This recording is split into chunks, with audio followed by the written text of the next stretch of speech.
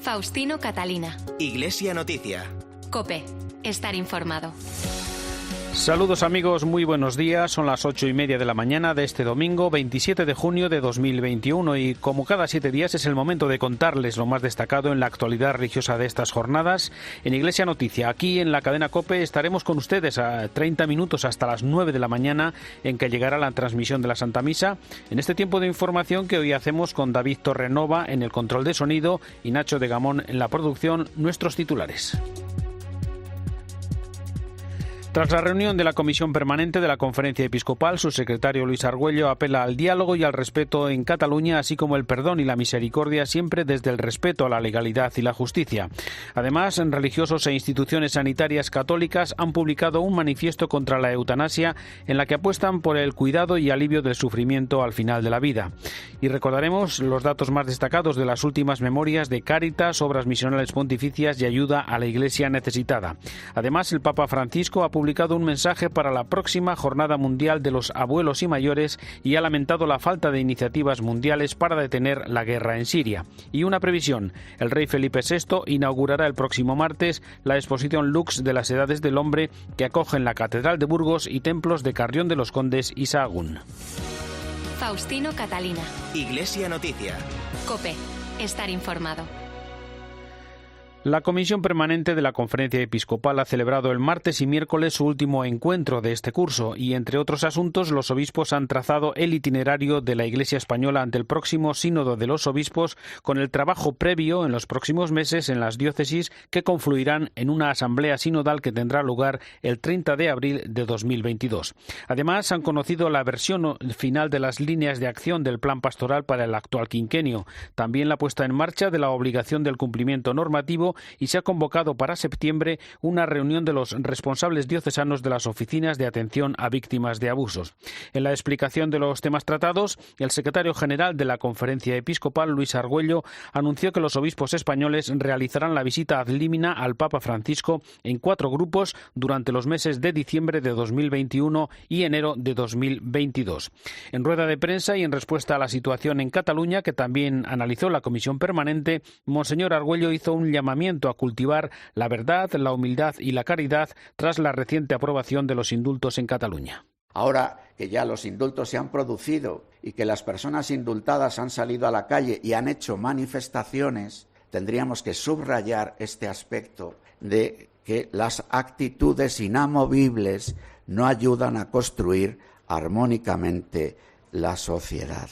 El secretario de la Conferencia Episcopal considera imprescindible el diálogo desde la escucha y el respeto al otro, así como el perdón y la misericordia, siempre desde el respeto a la legalidad y la justicia. La llamada que los obispos catalanes hacen al diálogo, a la aplicación de la ley, a la justicia, a romper con actitudes inamovibles, nos parecen actitudes valiosas y que seguramente para crear el clima en el que estas actitudes inamovibles puedan removerse, es necesaria alguna manera de cultivo de la amistad civil, de la fraternidad.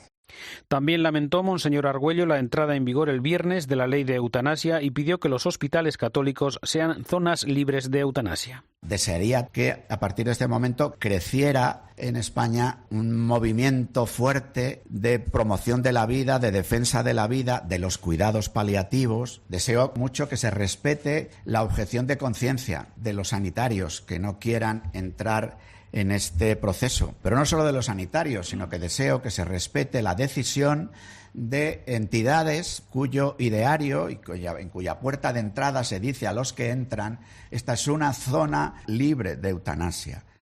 Seguimos hablando de la eutanasia porque la Orden de Religiosos Camilos de España, la Orden Hospitalaria de San Juan de Dios, Hospitales Católicos de Madrid, la Conferencia Española de Religiosos y la Federación Nacional Lares han publicado un manifiesto en el que piden el respeto a la dignidad humana y exigen no dañar la vida ni la integridad personal, sino promover y cuidar la vida actuando para aliviar el sufrimiento. José Carlos Bermejo es el director del Centro de Humanización de la Salud. Algunos piensan que no queda más que el sinsentido. Y por lo tanto, pues la posibilidad de decir ayúdenme que yo me voy, me muero, ayúdenme, indúzcanme, háganme morir, mátenme, aunque sea porque yo lo pida, porque no hay otra posibilidad de vivir con sentido.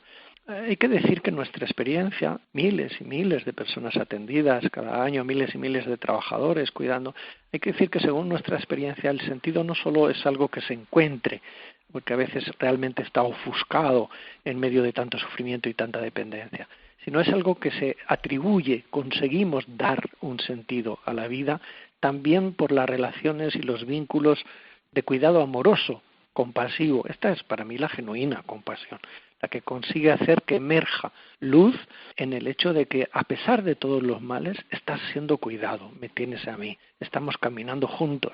Hay mucho sufrimiento y estamos empeñados en aliviarlo. Y si hay dolor, estamos empeñados en eliminarlo de todas las maneras. Los religiosos que trabajan cerca de los enfermos ofrecen su hospitalidad y su acompañamiento integral para ayudar a las personas a vivir el proceso de la muerte desde todas las dimensiones humanas, procurando aliviar el sufrimiento y comunicar paz y esperanza en ese difícil momento. Una de las cosas que hacen desear la muerte es la experiencia de la soledad, del abandono, del sinsentido, del sufrimiento que procede no solo por los síntomas difíciles de controlar, sino que procede por una experiencia relacional, emocional, que no está siendo suficientemente atendida. Por eso creo que la punta del iceberg de la demanda de eutanasia ha de ser escudriñada para decir, me estáis pidiendo, la sociedad, los que están tan malitos, me están pidiendo que demos una respuesta holística, integral, a la medida del ser humano, y la última sería infligir la muerte. Cáritas Española invirtió en 2020 más de 386 millones de euros para ayudar a 2.800.000 personas afectadas por problemas crecientes de desempleo, ingresos, vivienda y salud mental. Son datos de su memoria anual presentada esta semana que constata el fuerte aumento de las personas que demandan ayuda de emergencia a causa de la pandemia y también del último informe del Observatorio de la Realidad Social que alerta de cómo ha afectado especialmente a los derechos de muchas personas. Más datos, Pascual Claramonte, buenos días. Buenos días. El impacto de la pandemia ha provocado que Cáritas aumentara sus esfuerzos. Unas 360.000 personas más, si lo comparamos con 2019. En total, fueron 1.800.000 solo en nuestro país. Destaca que casi 500.000 pidieron ayuda por primera vez o después de mucho tiempo. Una de las claves de este contexto es la precariedad del mercado laboral. Si analizamos desde el periodo de la precrisis hasta el momento actual, observamos cómo la tasa de paro es el triple entre la población acompañada por Cáritas respecto del conjunto de la población. También muchos contratos intermitentes. Lo explicaba con estos datos Raúl Flores, coordinador de estudios de Cáritas. Destaca que un 20% de esas personas tienen casi imposible acceder a un trabajo y casi un 60% entran y salen a través de contratos temporales, lo que dificulta la estabilidad. El hecho de que la pandemia haya acentuado las diferencias con los más vulnerables es algo que se entiende con las inquietudes que padecen. La población más vulnerable está preocupada por su trabajo y por su economía personal, por su estado anímico también, y por la posible pérdida de empleo en caso de tenerlo.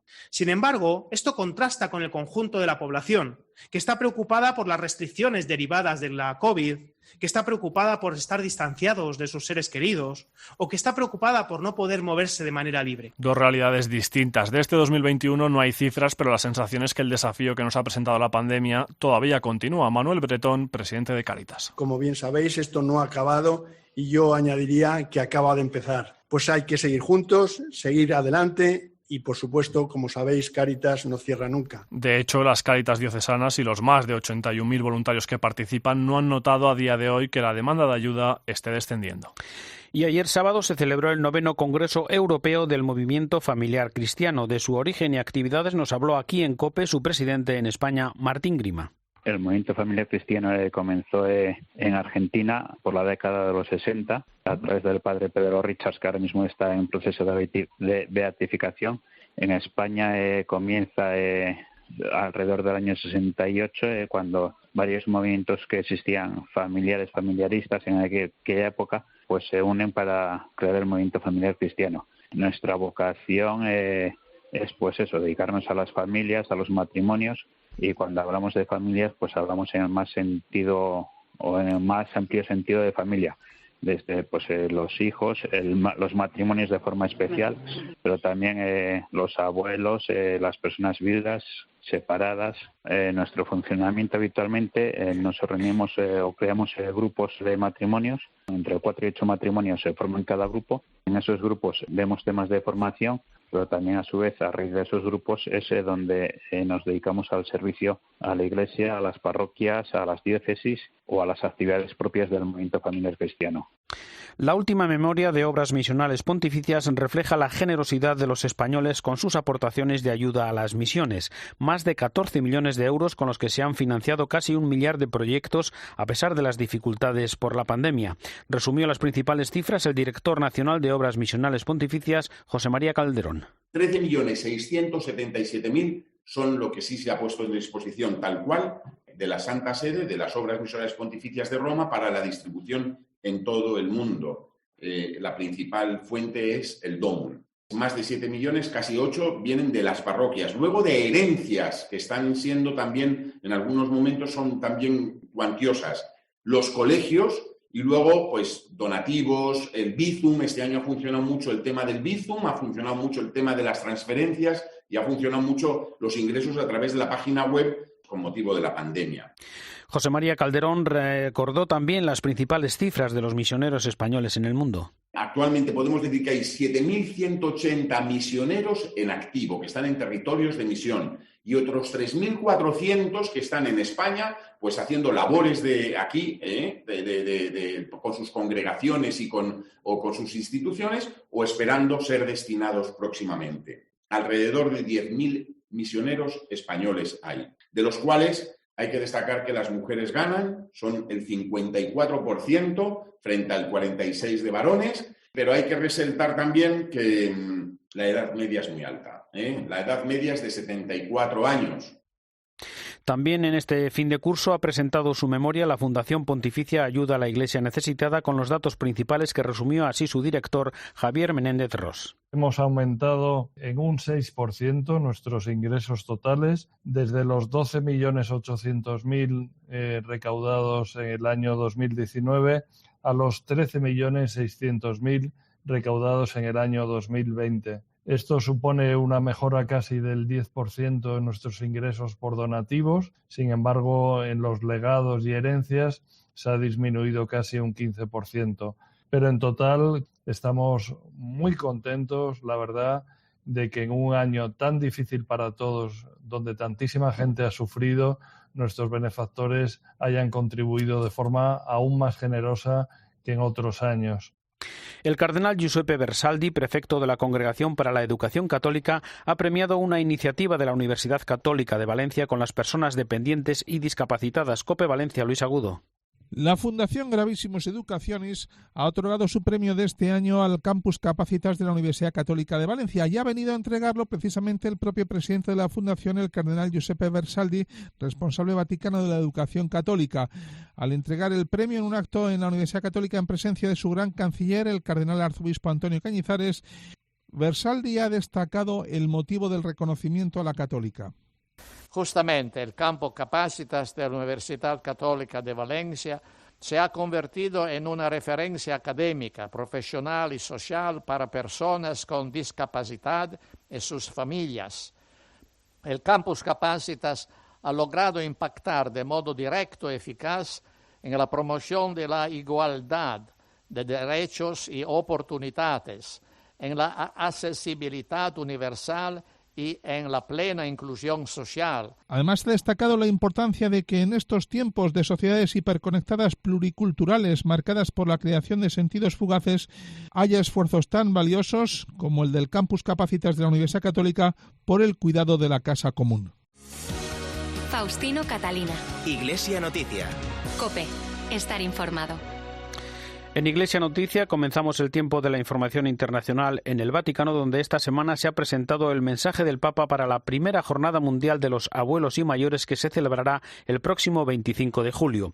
Un mensaje en el que Francisco subraya que la vocación de la tercera edad es custodiar las raíces, transmitir la fe a los jóvenes y cuidar a los pequeños. Vamos a recordar su contenido desde Roma con Ángeles Conde. Buenos días. Buenos días. Esta primera jornada lleva por lema Yo estoy contigo todos los días, y precisamente eso es lo primero que el Papa señala en este texto, que quiere que los mayores sepan que toda la Iglesia está con ellos, que se preocupa por ellos y que los quiere. Con un queridos abuelos y abuelas comienza el Santo Padre su mensaje, en el que se incluye como un anciano más y por eso habla de nosotros. Francisco recuerda que la pandemia ha sido especialmente dura para los mayores, entre otras cosas por la soledad que muchos han padecido. Por eso les asegura que a Dios esta soledad no le es indiferente y pide que todo el dolor vivido no sea inútil y que no nos olvidemos de los ancianos que murieron por falta de respiradores. Desea que a cada mayor, sobre todo a los que están más solos, les visite un ángel, como pasó con San Joaquín cuando fue apartado de su comunidad porque no tenía hijos y Dios le mandó un ángel. Insiste en que los mayores son un tesoro valioso para construir el mundo del mañana a través de su oración, un pulmón del que la Iglesia y el mundo no pueden privarse, sobre todo en este momento difícil para la humanidad, mientras atravesamos todos en la misma barca el mar tormentoso de la pandemia, señala el Papa. Tu intercesión por el mundo y por la Iglesia no es en vano, asegura Francisco, quien insiste en que Dios llama a obreros para la mies a cualquier edad y etapa de la vida, porque el Señor es el primero que nunca se jubila. Por eso revela que él mismo, cuando fue llamado a ser papa, era ya prácticamente un jubilado y no imaginaba que pudiera hacer mucho más. La vocación de los abuelos y ancianos, concluye, es custodiar las raíces, transmitir la fe a los jóvenes y cuidar de los pequeños. Por cierto, con motivo de esta jornada, el día 25 de julio, el Santo Padre presidirá una misa en la Basílica de San Pedro. Además, habrá indulgencia plenaria para las personas que participen en esta jornada, para quienes cuidan de nuestros mayores y para los mayores que estén enfermos o impedidos y no puedan salir de casa. El arzobispo Paul Gallagher, secretario para las relaciones con los estados de la Santa Sede, trasladó su preocupación al gobierno italiano sobre el proyecto de ley contra la homofobia y la transfobia que tramita el Parlamento y que tuvo respuesta del presidente del Ejecutivo italiano, Mario Draghi. Sí, así es. Fue en el Senado donde el premier italiano recordó que Italia es un Estado laico, con un Parlamento libre para debatir y con un ordenamiento jurídico que respeta todos los compromisos internacionales, entre los que se encuentra el Concordato. Son palabras con las que, de hecho, está de acuerdo el cardenal secretario de Estado Pietro Parolin, quien ha aclarado la polémica en una entrevista para los medios vaticanos. Para el máximo cargo diplomático de la Santa Sede, ni el Vaticano ni la Conferencia Episcopal Italiana han pedido que se bloquee la ley, sino que han expresado sus dudas sobre los límites de lo que dentro de la ley se considera o no delito contra las personas homosexuales y transexuales. Por eso, la nota verbal enviada por la Santa Sede al Estado italiano a través del embajador de Italia solicitaba una reforma en este sentido. Pietro Parolin explica además que se eligió el formato de nota verbal porque es el modo en que se comunican los estados por vía diplomática, y lamenta que este documento, que es interno, se haya hecho público. Estamos en contra de cualquier actitud o gesto de intolerancia u odio hacia las personas con motivo de su orientación sexual. Nuestra preocupación se refiere a los problemas interpretativos, esclarece en esta entrevista a Vatican News el cardenal secretario de Estado. Gracias, Ángeles. Las iglesias católicas de Oriente Medio rezan hoy por la paz y se consagran a la Sagrada Familia de Nazaret por una iniciativa del Consejo de Patriarcas Católicos de Oriente Medio. Además, el próximo jueves 1 de julio se celebrará en el Vaticano una jornada de reflexión y oración por el Líbano, con la participación de los principales líderes de las comunidades cristianas presentes en ese país. Es el momento para el comentario desde Roma de Antonio Pelayo. Buenos días. Buenos días. Desde su proclamación como Estado independiente en el 1941, el Líbano ha tenido dos patronos internacionales: Francia, la antigua potencia colonial, y la Santa Sede. Los papas y la Iglesia Católica no han abandonado nunca el Líbano y han manifestado su apoyo siempre que lo han considerado necesario. Juan Pablo II convocó en el 1995 una asamblea especial del Sínodo de los Obispos y 2 años después publicó una exhortación apostólica titulada Una esperanza nueva para el Líbano. En el 1997 visitó Beirut. 15 años después, Benedicto XVI fue recibido con enormes pruebas de afecto por millones de libaneses. El 4 de agosto del 2020, el puerto de Beirut y todos sus alrededores fueron devastados por una terrible explosión que ha arruinado la economía del país y ha desencadenado una crisis política cuya solución se anuncia cada vez más problemática y peligrosa. Francisco, que ha manifestado siempre su intención de viajar al Líbano en cuanto sea posible, ha convocado en Roma para el próximo 1 de julio una cumbre a la que ha invitado a todos los líderes cristianos para propiciar una solución pacífica a la crisis que amenaza la independencia y la libertad de los libaneses. Esta reunión podría ser un anticipo a la convocatoria por parte de la ONU de una conferencia internacional solicitada por el patriarca maronita, el cardenal Bechar al-Rai. Hoy viven en el reducido territorio libanés 4 millones de personas, a las que hay que sumar más de 1 millón de refugiados huidos de Siria. El colapso de la moneda nacional y la pandemia amenazan con desencadenar unas reacciones sociales muy difíciles de soportar por el frágil gobierno que no acaba de constituirse. La cumbre romana unirá la reflexión y la plegaria para implorar un futuro más sereno, es decir, paz y estabilidad, dos realidades que desde hace décadas parecen una quimera en un país que en un tiempo no tan lejano fue conocido y envidiado como la Suiza del Mediterráneo. Desde Roma les ha hablado Antonio Peláez.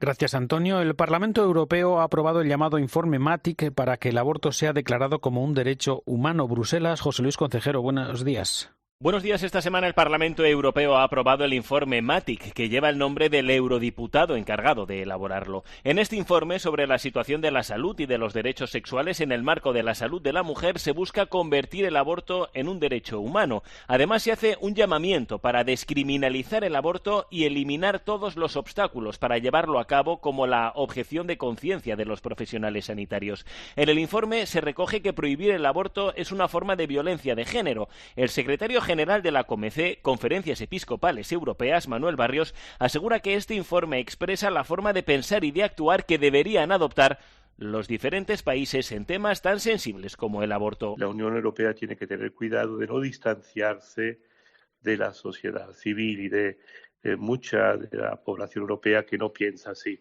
y evitar ciertas derivas, que se puede decir, ideológicas que no ayudan y que hace que parte de la población después revierta su voto en otros tipos de partidos más populistas en los que se sienten más reconocidos. Es importante recordar que este informe MATIC no es vinculante, pero crea un precedente peligroso, una forma de actuar en los diferentes países europeos.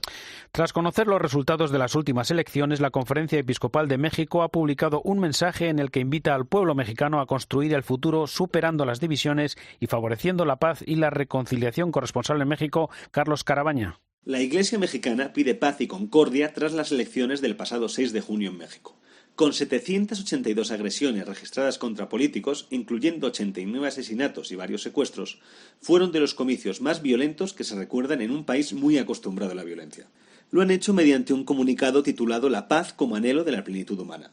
Invitan a la sociedad, independientemente de los resultados de las votaciones, a construir un futuro favoreciendo la paz. La sociedad mexicana se ha visto perjudicada considerablemente por escenarios de inseguridad y violencia, ya denunciados en 2010 por los obispos, continúa su mensaje.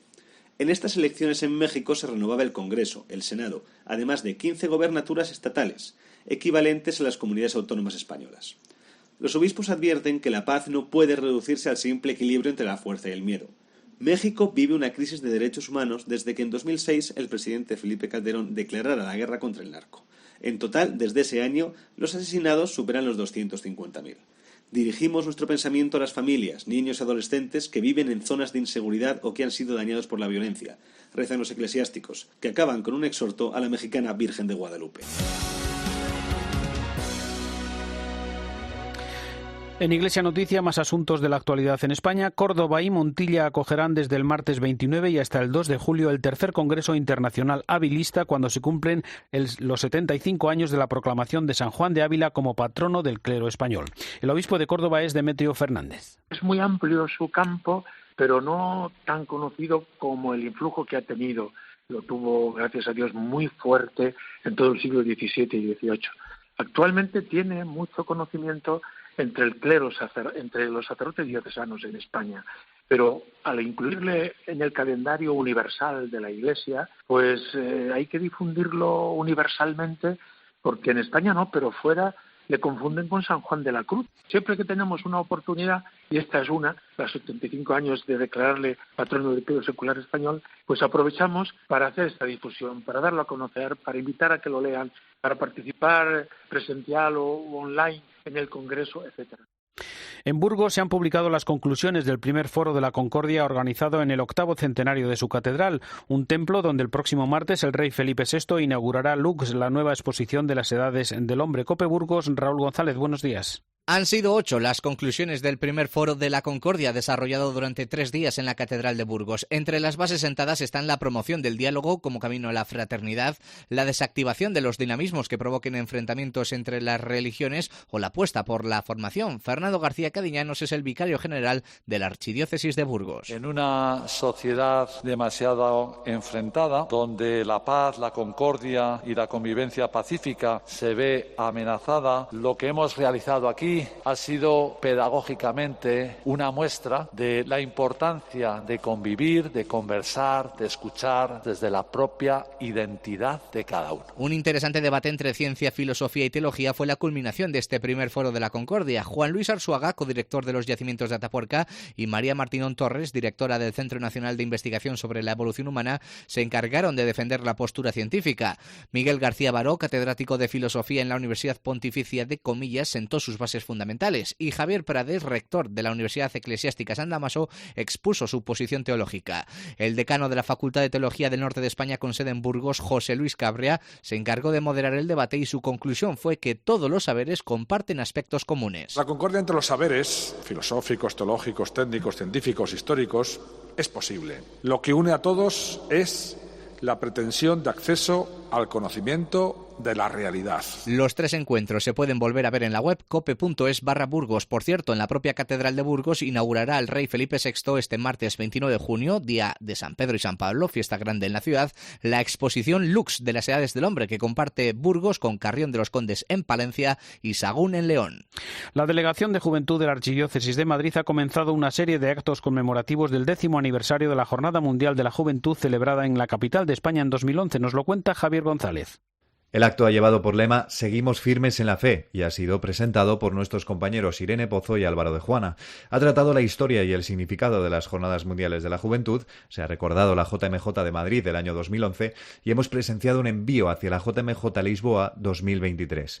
En este 10º aniversario ha estado presente el que fuera anfitrión del Santo Padre, el arzobispo emérito Cardenal Antonio María Rouco Varela. Esa juventud nuestra de ahora, donde hay mucha fe, hay mucha experiencia de Cristo, mucho sentido de llevar el encuentro con Cristo al amor concreto, al amor.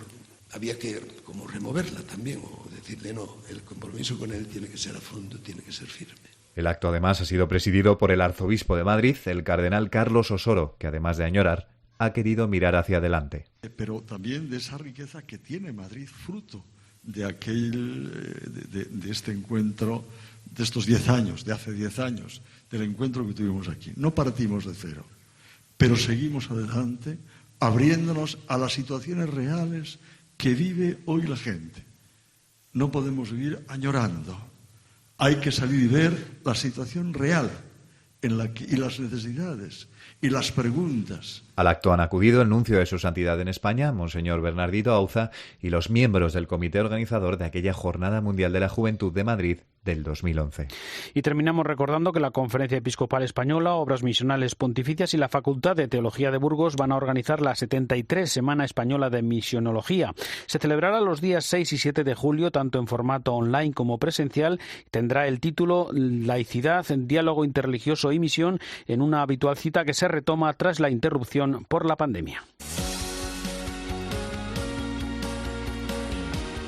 Pues llegamos así al final de esta edición del informativo Iglesia Noticia. Ha sido el programa 1730 en este domingo, 27 de junio de 2021. Un minuto para la actualidad y después la Santa Misa. Hasta dentro de 7 días. Un saludo de Faustino Catalina.